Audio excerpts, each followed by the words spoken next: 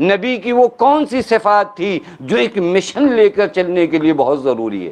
ایک مشن چلانا ہے، ہمیں بھی ایک مشن چلانا ہے، وہ کون سی خصوصیات نبی اکرم تھی جو 23 سالوں میں نبی نے ایسا انقلاب برپا کیا کہ دنیا حیران ہے۔ میں نبی کی زبان سے پڑھوں، نبی نے فرمایا اوصانی ربی بتسع، میرے رب نے مجھے 9 وصیتیں کی۔ اے کاش آج کی اس محفل کا یہ ہدیہ فقط آپ لے کر چلے جائیے۔ پیغمبر فرماتے 9 چیزیں وصیت کیا میرے رب نے۔ کتنی چیزیں؟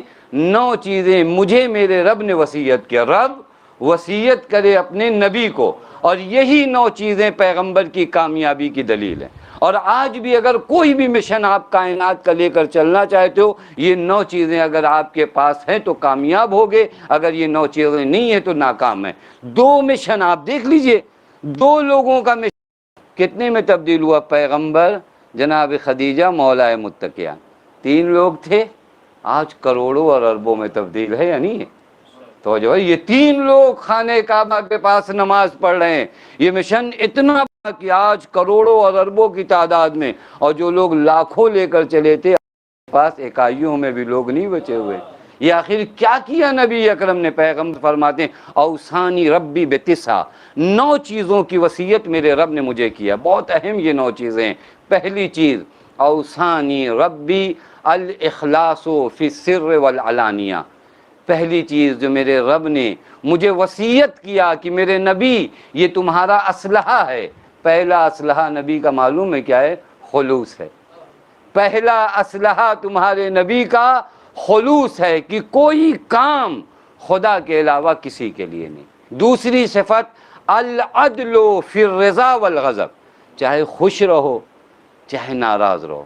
تمہارے نبی کی سیرت یہ تھی، نہ غم میں عدالت کا دامن چھوڑا، نہ خوشی میں عدالت کا دامن چھوڑا۔ اس کے بعد پیغمبر فرماتے میرے رب نے مجھے وصیت کیا والقصد فی الغنا والفقر، میانہ روی۔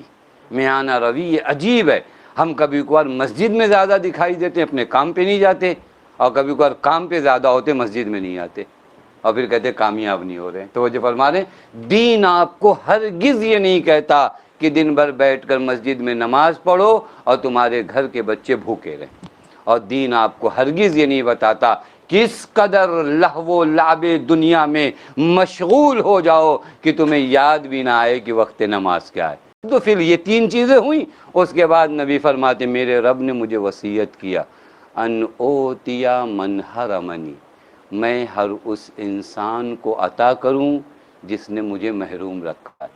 آپ کبھی ڈسٹینس دیکھیے گا، فاصلہ نبی کا امت سے کتنا ہے۔ جس نے مجھے محروم رکھا میں اسے عطا کروں، ہے ہمارے معاشرے میں یہ؟ ہم تو کہیں لکھ کر بیٹھتے ہیں کہ اچھا فلاں وقت آپ نے ہم کو نہیں دیا تھا، اب اس وقت کا انتظار بڑی بے چینی سے کہ کبھی آپ پھنسو۔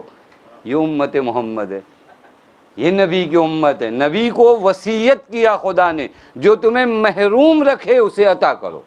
دین ایسے نہیں پھیلا ہے، خدا کی قسم دین ایسے نہیں پھیلا ہے۔ بہت سے لوگوں نے شیب ابی طالب، آپ کو یاد ہے ابھی تذکرہ ہوا تھا اشعار میں شیب ابی طالب کا، شیب ابی طالب میں 3 دن ایسے گزر جاتے تھے کہ جناب خدیجہ اور نبی اکرم کو ایک کھجور پر اکتفا کرنا پڑتا تھا۔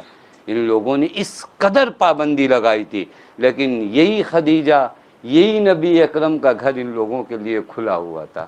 ان اوتی من حرمنی، پھر اس کے بعد نبی اکرم کیا فرماتے ہیں ان اصلا من قطعنی، جو مجھ سے رابطہ توڑے میرے خدا نے حکم دیا ہے تم اس سے رابطہ نہ توڑو۔ ان اصلا من قطعنی، آپ فاصلہ دیکھیے گا۔ اس کے بعد نبی اکرم فرماتے ہیں ان عفو من ظلمنی، میرے رب نے مجھے حکم دیا ہے کہ ہر اس انسان کو معاف کر دوں جس نے مجھ پہ ظلم کیا۔ یہ ہے، یہ نبی کی امت وہ امت ہے جس نے نبی کو کہہ سکے کہ ہم نے نبی کی سیرت۔ میں آپ کی خدمت میں ایک تاریخی واقعہ بڑا مختصر پڑھوں۔ معلوم ہے امام جعفر صادق علیہ الصلوۃ والسلام محمد مسجد النبی میں نماز پڑھ رہے تھے، ایک بوڑھا شخص وہاں سویا ہوا تھا، اس کے اپنی ایک تھیلی تھی 100 دینار کی، اور بوڑھا شخص اپنے پاس اپنی تھیلی رکھ کے سویا ہوا تھا، کسی نے اس تھیلی کو اڑا دیا یا ان کو لگا کہ یہ غائب ہو گئی۔ اب نماز چھٹے امام پڑھنے پہچانتا بھی نہیں حضرت کو. جب اس نے اپنی تھیلی ڈھونڈا وہ نہیں ملی, اس نے حضرت کی ابا پکڑی, کہا آپ ہی نے لیا. حضرت نے فرمایا نہیں ہم نے نہیں لیا, ہم نے عبادت کر رہے تھے. کہا نہیں نہیں آپ کے علاوہ یہاں پر کوئی اور ہے نہیں. حضرت نے فرمایا کتنا مال تھا؟ اس نے کہا 100 دینار تھا. حضرت نے کہا کہ میرے گھر سے 100 دینار لا ان عفو من ظلمن. یہ سیرت کا کتنا فاصلہ ہے. 100 دینار لا کے دیا. اب یہ بوڑھا شخص جب اپنے گھر گیا تو اس کے ساتھ کچھ لوگ آئے تو وہ تھیلی لے کر وہ گئے تھے. اس نے جب اپنے گھر میں وہ تھیلی پایا تو لے کر مولا کی طرف آیا, کہ مجھے معاف کریے آپ کس قدر حلم کے مرقع پیکر ہو کہ میں نے اس قدر آپ کی توہین کیا, اس کے باوجود آپ نے مجھے 100 دینار دیا جو میرا حق بھی نہیں بنتا, مجھے معاف کریے اور یہ لے لیجئے. حضرت نے 2 جملے فرمائے, کہ معاف بھی کیا اور جو دے دیتے ہیں وہ واپس نہیں لیتے. توجہ فرما دیں, ہم جو دے دیتے ہیں وہ یہ کیا ہے, ان عفو عمن ظلمنی, جو ہم پر ظلم کرے. یہ ہمارے معاشرے میں معاف کرنے کا رواج تو ختم ہو گیا. کینہ حسد لے کر بیٹھے ہیں کہ نہیں فلاں ہمارے یہاں نہیں آئے تھے, ہم نہیں جا کے بتائیں گے, تبھی تو پتہ یہ نبی کی امت نہیں ہے. اس طرح مشن آگے نہیں بڑھتا, اس طرح ہدف آگے نہیں بڑھتا. اس کے بعد یہ 6 چیزیں ہوئیں. 3 چیزیں اور مختصر بہت جلدی سن لیجئے کہ نبی اکرم فرماتے اوصانی ربی بتسع, میرے رب نے 9 نصیحتیں اور 9 وصیتیں کی. 7ویں نصیحت جو رب نے اپنے محبوب کو کیا, معلوم ہے کیا کیا؟ فرمایا کہ ان منطقی ذکرہ, جب بات کرو تو بے وجہ کی باتیں نہ کرو, ذکر الہی کرو.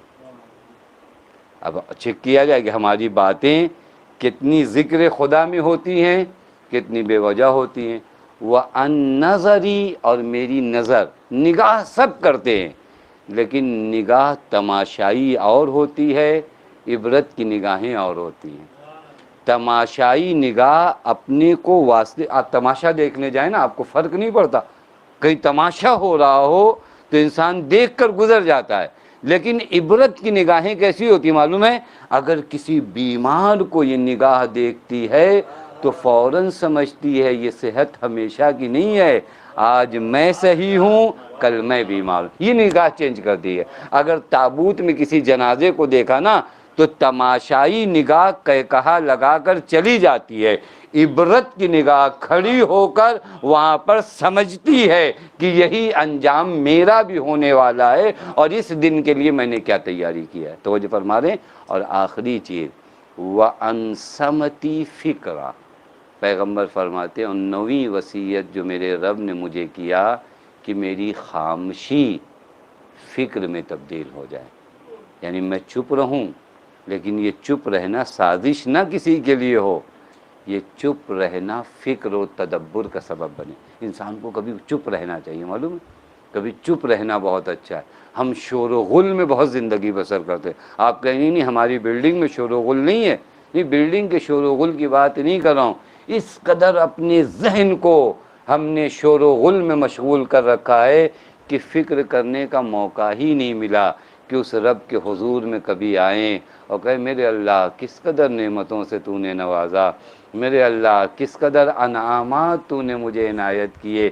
یہ حیات ایک نعمت, یہ نبی اکرم کی رسالت جو تو نے مبعوث کیا ہے نعمت. وہ جملہ پڑھیے اور میں آپ کی زحمت تمام کر دوں.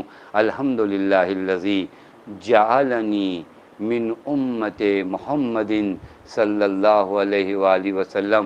مولا فرماتے ہیں جب صبح اٹھو تو کئی شکر ادا کرو, ان میں سے ایک شکریہ ادا کرو کہ میرے اللہ تیری مد ہے کہ تو نے مجھے قرار دیا. کس میں سے قرار دیا؟ امت محمد میں سے قرار دیا. کیونکہ قیامت کے بارے میں ملتا ہے کہ جب قیامت کا محشر بپا ہوگا ہر نبی کہے گا رب نفسی, میرے اللہ میری امت کو بچا لے. ایسے نبی کی امت میں سے اللہ نے تمہیں قرار دیا ہے. شکر کی جگہ ہے کہ میرے اللہ تو نے ہمیں رحمت للعالمین کی امت میں سے قرار دیا.